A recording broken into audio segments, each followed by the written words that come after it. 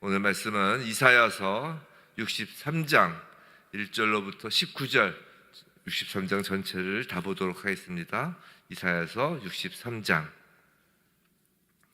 1절로부터 19절 우리 한 목소리로 함께 받들어 읽겠습니다. 에돔에서 오는 이 누구며 붉은 옷을 입고 보스라에서 오는 이 누구냐? 그의 화려한 의복 큰 능력으로 걷는 이가 누구냐? 그는 나이니 공의를 말하는 이요 구원하는 능력을 가진 이니라. 어찌하여 내 의복이 붉으며 내 옷이 포도즙 틀을 밟는 자 같으냐? 만민 가운데 나와 함께한 자가 없이 내가 홀로 포도즙 틀을 밟았는데 내가 노함으로 말미암아 무리를 밟았고 분함으로 말미암아 짓밟았으므로 그들의 선혈이 내 옷에 튀어 내 의복을 다 더럽혔음이니 이는 내 원수 갚는 날이 내 마음에 있고 내가 구속할 해가 왔으나 내가 본즉 도와주는 자도 없고 붙들어주는 자도 없으므로 이상하게 여겨 내 팔이 나를 구원하며 내 분이 나를 붙들었음이라. 내가 노함으로 말미암아 만민을 밟았으며 내가 분함으로 말미암아 그들을 취하게 하고 그들의 선혈이 땅에 쏟아지게 하였느니라.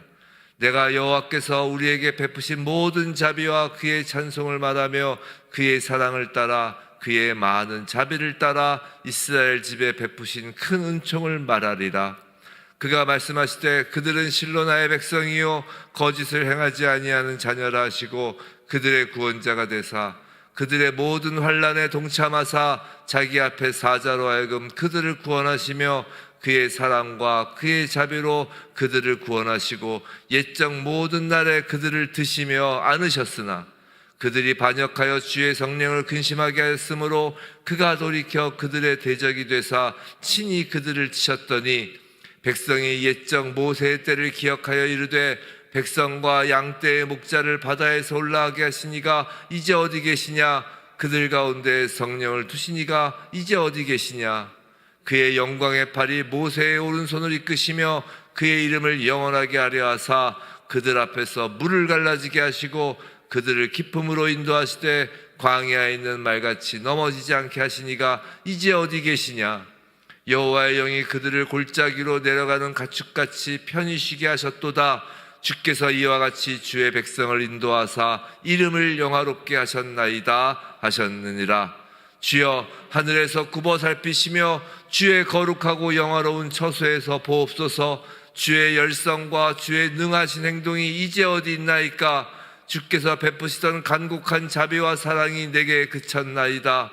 주는 우리 아버지시라. 아브라함은 우리를 모르고 이스라엘은 우리를 인정하지 아니할지라도 여호와여 주는 우리의 아버지시라. 옛날부터 주의 이름을 우리의 구속자라 하셨거늘 여호와여 어찌하여 우리로 주의 길에서 떠나게 하시며 우리의 마음을 완고하게 하사 주를 경외하지 않게 하시나이까? 원하건대 주의 종들 곧 주의 기업인 지파들을 위하사 돌아오시옵소서. 주의 거룩한 백성이 땅을 차지한 지 오래지 아니하여서 우리의 원수가 주의 성소를 유린하였사오니 주리는 주의 다스림을 받지 못한 자 같으며 주의 이름으로 일컬음을 받지 못하는 자 같이 되었나이다. 아멘. 오늘 하나님의 심판과 구원을 찬송하라 라는 제목으로 이사야서 63장 이 말씀을 받을 때 하나님의 그 심판의 그 어미함과 그 하나님의 그 구원의 그 넘치는 은혜와 사랑을 경험하는 우리 모두가 되기를 주님의 이름으로 축원합니다. 하나님의 심판을 경험한다고 하니까 이상한가요? 하나님의 심판과 하나님의 구원은 하나예요. 하나님의 사랑으로부터 비롯된 하나에서 나온 것입니다. 그래서 지금 며칠 전부터 이사야서를 하루에 한 장씩 계속 보고 있죠. 막 빨리 끝내려고 그러는 것 같지만 그런 목적도 없지 않아 있지만 그것보다 이 61장부터였죠. 61장부터 쭉 마지막 66장까지가 그 하나님의 심판과 구원, 그 하나된 하나님의 사랑으로부터 비롯된 심판과 구원이 쫙 매장마다 이렇게 연결되고 있어서 하루에 한 장씩 보는 것도 좋겠다라는 생각이 들었습니다. 자, 이사야서 63장은 이제 두 가지 극명한 이미지를 동시에 보여줍니다. 우리가 61장 시작하면서 뭐라고 그랬어요? 우리 앞에 이제 두 개의 길이 놓여 있다고 그랬잖아요.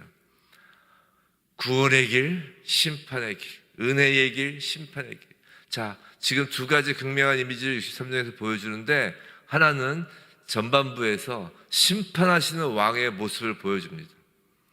그리고 그것이 끝나면 또 하나는 자비로운 아버지의 모습을 보여주고 있어요. 사람들은 종종 하나님의 어떤 한 면만을 좀 이야기하는 경우가 많습니다. 특별히 하나님은 사랑이시다. 물론 그 고백은 진리지만 그 하나님은 사랑이시다라는 것만 또 강조해서 하나님은 오고 주주하시는 분으로, 하나님은 나만 사랑해, 나만 비단결처럼 다루셔, 어떤 그런 하나님의 어떤 공의에 대한 어미성을 너무 약화시킨 경우도 있죠. 하나님은 사랑이시며 동시에 하나님은 불의와 타협하지 않으시는 공의의 하나님이십니다. 그렇기 때문에 또 한편으로는 또 하나님은 두려우신 분이다, 또 하나님을 두렵게만 또 여기는 것도 하나님의 일면만을 이야기하는 것이죠. 하나님은 사랑이시고 또 하나님은 우리의 경외를 받으시기에 합당한 공의로우신 분입니다. 오늘 본문은 이스라엘의 역사 속에서 또 신약의 이 교회로 인한 그 교회를 통한 그 신약적 성취 속에서, 그리고 오늘 우리 신앙의 현실 속에서 매우 깊은 울림을 주는 본문이에요. 말씀드린 것처럼 전반부에서 이사야는 먼저 하나님의 심판의 위험을 이야기합니다. 하나님의 그 심판의 위험. 그 다음에 이어서 하나님의 사랑과 은혜를 노래하며, 그리고 마지막으로 그 심판과 그 구원, 그 사랑의 은혜를 경험하는, 그것을 깨닫는 하나님 자녀들의 간구의 기도로 이제 후반부에서 이제 나아가는 것이에요. 첫 번째 1절부터 6절입니다. 심판하시는 여호와예요. 1절부터 6절. 자, 1절 먼저 보면 에돔에서 오는 이 누구며 또 화려한 의복 큰 능력으로 걷는 이가 누구냐라고 하죠. 에돔은 불다라는 뜻인데 야곱의 형 에서의 후손을 의미하는 것입니다. 이 야곱의 형 에서의 후손은 늘 이스라엘과 적대했죠. 같은 종족인데 일종의 그 이삭에게서 난 두 형제잖아요. 에서와 야곱. 근데 늘 그 야곱 즉 이스라엘에게 적대적이었어요. 그래서 그 유다가 바벨론에 멸망당할 때도 이 에돔 사람들은 이 에서의 후손들은 손뼉을 치며 기뻐했죠. 카가 성전이 무너진다 막 그러면서. 구약에서 에돔이라는 그 명칭에서 언제나 하나님을 대적하는 자, 악한 세상의 그 세력을 상징합니다. 또 화려한 의복 즉 큰 능력으로 걷는 이가 누구냐라고 하는데, 여기서 화려한 의복은 문자적으로 붉게 물든 옷이라는 뜻이에요. 그래서 우리 요한계시록 19장 13절 피 뿌린 옷이라는 그 말과 연결되는 것입니다. 하나님을 대적하는 세력을 심판하실 때 예수께서 백마를 타시고 피 뿌린 붉은 옷을 입은 가운데 친히 맹렬한 그 진노의 포도주틀을 밟을 자, 그 예수 그리스도, 요한계시록에서 보여주었던 그 어린 양 예수 그리스도를 예언하는 내용입니다. 이사야서에서요, 벌써부터. 그러니까 이사야서는 요한계시록과 이렇게 연결이 되죠. 그래서 우리 항상 수요예배 때 우리 이 선지서는 이 요한계시록과 이렇게 쭉 연결이 됩니다. 그래서 요한계시록을 제대로 해석을 하려면 선지서를 봐야 한다라는 한영호 목사님의 말씀에 항상 동감을 합니다. 근데 그렇게 연결짓기가 쉽지가 않아요. 공부를 많이 해야 되는 거죠. 많이 성경을 봐야죠. 자, 여하튼 지금 예수 그리스도, 그 심판주로 오시는 예수 그리스도의 모습을 보여주죠. 근데 2절, 3절, 특히 3절을 보면 내가 홀로 포도주틀을 밟았는데 라고 합니다. 자, 포도주틀은 포도를 밟아 이제 즙을 내는 곳이죠. 그래서 1절에서 보스라가 그 포도 생산지라고 해요. 그래서 거기서 이제 포도즙이 많이 나오는 데인데, 하여튼 그 포도즙들은 그 포도를 밟아 즙을 내는 것인데, 이제 고대에서는 심판에 대하여 심판을 은유적으로 표현하는 것이었죠. 자, 그런데 홀로라고 합니다. 홀로. 이 홀로라는 말은 하나님의 심판의 주권성을 강조하는 것이에요. 그리스도께서 십자가에서 홀로 이루신 사역을 예표합니다. 우리 주님은 홀로 고난을 당하셨어요. 재림 시 홀로 심판하실 것입니다. 성도 여러분, 세상 사람들은 사람들의 시선을 의식하고 사람들이 나를 어떻게 판단할 것인지에 관심이 많지만, 성도인 우리는 하나님 한 분의 시선만 의지하면 되는 거예요. 의식하면 되는 거예요. 하나님 한 분의 판단에만 관심을 두면 되는 것입니다. 온갖 세상 사람들의 그 사랑을 받으려고 하지 말고 하나님 한 분의 사랑을 받는 것에 신경을 써야 돼요. 궁극적으로 심판은 오직 하나님만이 담당하시기 때문입니다. 모든 사람에게 인정받고 모든 사람에게 사랑받는 자는 사실은 모든 사람에게 사랑받지 않는 거예요, 반대로. 그런데 오히려 하나님 한 분에게만 사랑을 받고 우리의 사랑이 하나님 한 분에게만 꽂혀 있을 때 참 희한하게 우리가 모든 사람을 사랑하게 되더라고요.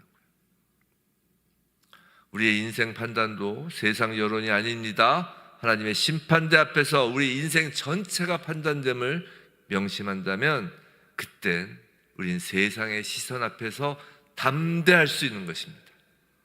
자, 4절에서 6절. 자, 이는 내 원수 갚는 날이 왔고 내가 노함으로 말미암아 만민을 밟았으며 라고 하죠. 성도 여러분, 하나님의 원수 갚음은 단순한 복수가 아니에요. 이건 정의의 집행이며 공의의 회복입니다. 이 원수 갚는 날, 이 심판의 해가 바로 은혜의 해예요. 시작할 때 말씀드렸던 것처럼 이 심판과 구원은 동시에 진행되는 거예요.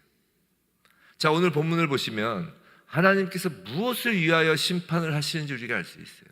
심판의 개념이 뭐냐면 우린 단순히 죄를 지으면 그 죄에 따른 벌을 받는다 이렇게 생각을 하지만 뭐 틀린 이야기는 아니지만 이 하나님의 심판, 특히 하나님의 마지막 때의 심판의 개념은 하나님 자녀들의 원수를 갚는 거예요. 이게 심판의 가장 첫 번째 목적입니다. 하나님 자녀들의 원수를 갚는 것이에요. 하나님 자녀들의 원수가 곧 하나님의 원수이고, 그래서 자녀들의 원수 갚기를 하나님 아버지께서 직접 하시는 거예요. 그래서 오늘 말하잖아요. 내 원수 갚는 날이라고. 하나님의 원수라고 하시는 거예요. 자녀들의 원수가. 그래서 그 심판이 곧 하나님의 자녀들에게는 구원이 되는 것이에요. 제가 말씀드렸잖아요. 그 원시복음에서 하나님께서 뱀이 앞으로 어떻게 될 것이다 라고 이야기를 하시면서 말씀하시는 게 원시복음이라고. 원시복음을 여인이나 그 아담에게 얘기하지 않으셨어요. 뱀한테 얘기하셨다고요. 근데 그 원시복음 내용이 뭐예요? 전쟁의 선포라고 그랬잖아요. 여인의 후손과 뱀의 후손에서 벌어질 그 전쟁의 결과까지 말씀하시죠. 여인의 후손이 뱀의 머리를 밟고 뱀은 여인의 후손의 뒤꿈치를 상하게 할 것이다. 그래서 인류의 역사는 여인의 후손과 뱀의 후손 사이의 전쟁의 역사다. 근데 그것을 뱀에게 이야기하신다고요. 이 원수야 이렇게 말씀하시면서. 근데 그게 그 옆에 있던 그 죄를 지었던 아담과 하와에게는 어떻게 들렸을 거라고요? 은혜로 들리는 거예요. 은혜로. 자신을 죄짓게 한 그 뱀에 대하여 하나님께서 전쟁을 선포하실 때 아담과 하와는 그게 은혜였던 것이라고요. 그래서 그게 원시복음인 거예요. 심판은 곧 자녀에 대한 구원이 되는 것입니다. 우리는 세상 속에서 악의 세력이 특세하는 것을 보잖아요. 곳곳에서 탐심으로 인한 그 전쟁과 부패와 불의, 이것이 특세하는 것을 봅니다. 그러나 역사는 하나님 손에 있습니다. 홀로 심판하시는 분이에요. 심판의 해가 오면 그 세상의 악의 세력 아래에서 신음하던 하나님의 자녀들은 진정한 해방을 맞는 것이에요. 심판의 해는 곧 구원을 위한 필수적인 전제가 되는 것이에요. 할렐루야. 그래서 우리는 심판을 기다리는 것이에요. 자, 두 번째 7절에서 14절. 첫 번째가 하나님의 그 심판자로서의 엄위함을 보았다면, 7절에서 14절 구속자 하나님의 사랑과 은혜를 7절에서 14절에서 노래해요. 자, 7절 여호와께서 우리에게 베푸신 모든 자비와 큰 은총을 말하리라 라고 합니다. 모든 자비와 그의 찬송을 말하며 또 이스라엘의 집에 베푸신 큰 은총을 말하리라 라고 하죠. 자, 여기서 자비로 해석된 히브리어는 헤세드예요. 이 헤세드라는 것은 언약적 사랑, 변함없는 신실함을 의미합니다. 또 은총이라는 단어는 히브리어로 라함이란 단어인데 이것은 깊은 긍휼, 어머니가 자녀를 불쌍히 여기는 마음이에요. 성도 여러분, 하나님의 심판과 구원이 한 짝으로 이루어질 때 그 심판과 구원은 모두 하나님의 사랑에서 비롯된 것이라는 거예요. 그리고 그 하나님의 사랑은 우리의 행위에 달린 것이 아니라 하나님의 언약에 대한 신실함에 근거한 것입니다. 한번 말씀드린 적 있죠? 하나님의 신실하심은 하나님의 언약에 신실하신 거라고. 하나님은 하나님의 말씀에 신실하신 것입니다. 하나님의 신실함은 사람에 근거하지 않아요. 만약에 사람에 근거하여 하나님의 신실하심을 논한다면 하나님의 신실하심은 정말 신실하심이 아니라 들쑥날쑥이 될 거예요. 왜냐하면 사람은 늘 흔들리고 늘 들쑥날쑥하기 때문이죠. 우리의 상황에 따라 하나님의 신실하심을 우리가 생각하면 절대 하나님의 신실하심이 상상이 안 되는 거예요. 그래서 우리의 머리로 하나님의 신실하심이 잘 이해가 안 되는 거예요. 우리의 감정적으로 하나님의 신실하심이 잘 이해가 안 되는 거예요. 왜냐하면 인간이 신실하지 않기 때문이죠. 하나님은 그 인간의 터잡은 것이 아니라 하나님의 언약에 터잡아 신실하십니다. 그 신실하심은 하나님의 사랑에서 나오는 거예요. 하나님의 백성, 하나님 자녀를 향한 하나님의 사랑은 집요한 사랑이에요. 아주 미친 사랑입니다. 미친 사랑. 어떤 영화 제목이었나요? 잘 모르겠는데 여하튼 하나님의 사랑은 정말 미쳤다고 말할 수 없는 사랑이에요. 우리가 부모가, 우리 육신의 부모가 자녀를 사랑하는 그 사랑하는 모습에서 아주 조금 경험할 수 있지만 사실 그것도 제대로 된 경험할 수 없죠. 왜냐하면 사람에게는 없는 신적 사랑이기 때문이에요. 그냥 조금 부모 사랑에서 그것이 나올 수 있을 뿐이죠.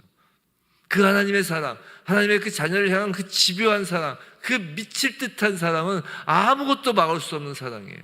누가 그 사랑을 해서 우리를 끊으리요라고 하잖아요. 그리고 하나님의 그 전능하심은 그 사랑으로 인한 전능하심입니다. 하나님은 하나님의 자녀들을 사랑하셔서 하나님께서 먼저 언약을 맺으시고 그 언약에 근거하여 신실하시고 하나님은 하나님의 자녀들을 사랑하셔서 하나님의 전능하심으로 하나님의 자녀들을 구원하시는 거예요. 얼마나 사랑하시는지 9절에서 보여주죠. 그들의 모든 환난에 동참하사라고 하시는 거예요. 히브리어 원문을 직역하면 그들의 모든 고난에 그도 고난을 당하셨다라고 합니다. 하나님의 사랑은 단순한 동정이 아니라 실제적인 참여입니다. 우리의 환난에 참여하신 예수 그리스도를 묵상하며 이런 생각을 하게 됐어요.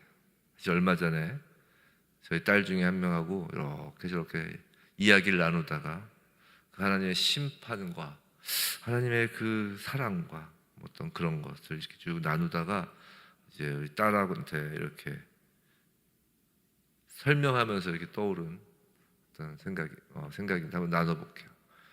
이런 거예요. 우리가 하나님에 대하여 많이 오해하고 있는 부분들 중에 하나인 것 같아요. 만약에 정말 어떤 순진무구한 어린아이가 무참하게 악인들에게 살해되었다고 합시다. 지금 우크라이나나 아니면 전쟁터에서 많은 어린아이들이 무참하게 살해당하는 것이죠. 그 아이의 부모는 가슴이 찢어지고 정말 그 고통을 안고 하나님께 절규할 것이에요. 그죠? 분노를 쏟아놓고 주먹을 쥐고 흔들 것입니다. 근데 만약 하나님께서 그 부모를 앞에 두고 그 아이가 살해된 까닭을 설명해 준다고 합시다. 이 사람아, 그 아이가 살해되는 것은 지금 넌 모르겠지만 그 살인된 것으로부터 한 10년 후에 그 나비 효과로 그 아이가 죽음으로 수백 명의 사람들이 목숨을 건질 거야. 넌 지금 몰라서 그런 거지만 라고 그것을 아주 자세히 설명했다고 합시다. 또는 이 사람아, 너무 슬퍼하지 말게. 천국에 가면 부활해서 모두 함께 만날 것이야 라는 그 하나님의 계획도 아주 자세히 설명했다고 합시다. 그 이야기를 제3자가 옆에서 듣는다면 그 하나님 설명의 그 합리성과 그 논리성과 그 인과성에 고개를 끄덕일 수도 있을 것이에요. 그런데 그 아이의 부모라면 그럴 수 있을까요? 그렇지 않을 거예요. 여전히 그 부모의 가슴은 찢어질 것이고 눈물은 마르지 않을 거라고요. 성도 여러분, 그래서 하나님은 세상에 악이 존재하는 이유를 논리적으로 변증법적으로 설명하지 않으시는 거예요. 그것으로 위로가 되지 않기 때문이에요. 그 어린아기가 살해된 이유를 막 이해시키려고도 하지 않으실 거예요. 그럼 하나님은 어떻게 하실까요? 다만 그 부모 앞에 묵묵히 서 계시며 그들이 쏟아놓는 모든 울분과 그들이 쏟아놓는 모든 억울함과 그들이 쏟아놓는 모든 분노와 회환과 절망과 그 모든 것을 당신의 몸으로 받으시는 거예요. 그것이 바로 예수 그리스도의 십자가라고요. 그 십자가 사랑의 깊이는 우리의 이성과 우리의 감성과 우리의 지성으로 가늠할 수 없습니다. 그 예수 그리스도의 십자가를 볼 때에만 우리는 위로와 소망을 얻을 수 있는 거예요. 제가 이렇게 설명을 하니까 우리 딸 중에 그 한 명이었던 그 딸은 한 명인 그 딸이 고개를 끄덕끄덕하면서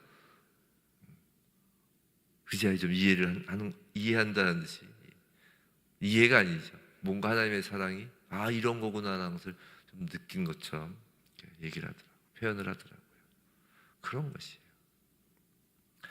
자, 계속해서 구속자의 사랑의 능력을 말씀하십니다. 11절에서 14절이에요. 옛적 모세의 때를 기억하라 하고서 모세 때를 쫙 이야기하죠. 이스라엘의 출애굽 장면을 지금 회상하는 것입니다. 성도 여러분, 구원은요 하나님의 능력과 성령의 인도하심의 결과예요. 그 14절에서 여호와의 영, 즉 주의 성령의 편히 쉬게 하셨도다라고 하잖아요. 교회는 출애굽과 같은 과거의 은혜를 기억해야 하는 것이에요. 교회는 기억하는 공동체예요. 자, 기억하는 것을 성경적으로 뭐라고 이야기한다고요? 그걸 감사라고 그런다고요. 감사는 thank you 이게 아니라 감사는 하나님이 하신 일을 기억하는 거예요. 그 은혜를 기억하는 것입니다. 그리고 그 감사가 곧 믿음을 강화하는 것이에요. 교회사적으로 이 청교도들이 신대륙으로 건너오며 자신들의 항해를 새로운 출애굽이라고 불렀습니다. 그들은 출애굽을 기억한 것이에요. 감사한 것입니다. 히즈웨이브 처치의 예배당을 이전하시는 하나님의 능력을 우린 경험하잖아요.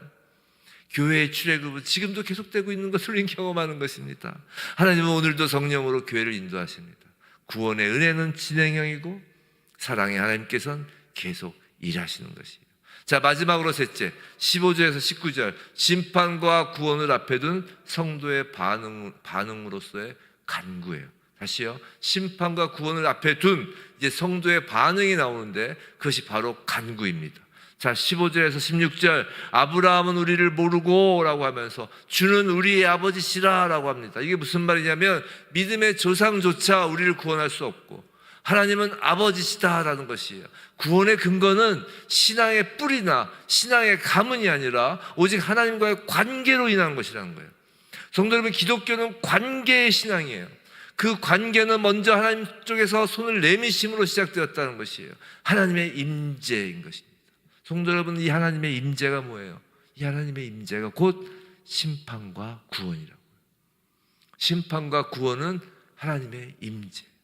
그래서 17절에서 19절, 마음이 완고하고 주를 경외하지 아니하였던 하나님의 자녀들은 회개하며 간구하죠. 뭘 간구하나요? 돌아오소서라고 간구합니다. 돌아오시옵소서라고 하는 것이에요. 하나님 백성의 가장 깊은 간구는 하나님 임재의 회복이에요. 성도 여러분, 교회의 위기는요 프로그램 부족이 아닙니다. 교회의 위기는요 전도가 잘 안 되는 사회 현상도 아니에요. 교회의 위기는요 교회의 성도 수가 적은 것도 아닙니다. 교회의 위기는요, 제가 그걸 깨달았어요. 교회의 위기는요 차별금지법도 교회의 위기가 아니에요. 진정한 교회의 위기는 하나님의 임재가 떠나는 것이라고요. 한국 교회 부흥운동의 시적격이었던 그 1907년 평양 대부흥은 단순한 프로그램이 아니었다고요. 그 당시에 교회가 세상에서 환영받던 시기도 아니었어요. 구한말 1907년이면 그 기독교인들, 교인들 집에서 제사 안 지낸다고 핍박받고, 왜 그 교인들이 그렇게 순교했어요? 제사 때문에 그런 거예요. 제사 때문에. 근데 어떻게 그 부흥운동이 일어나나요?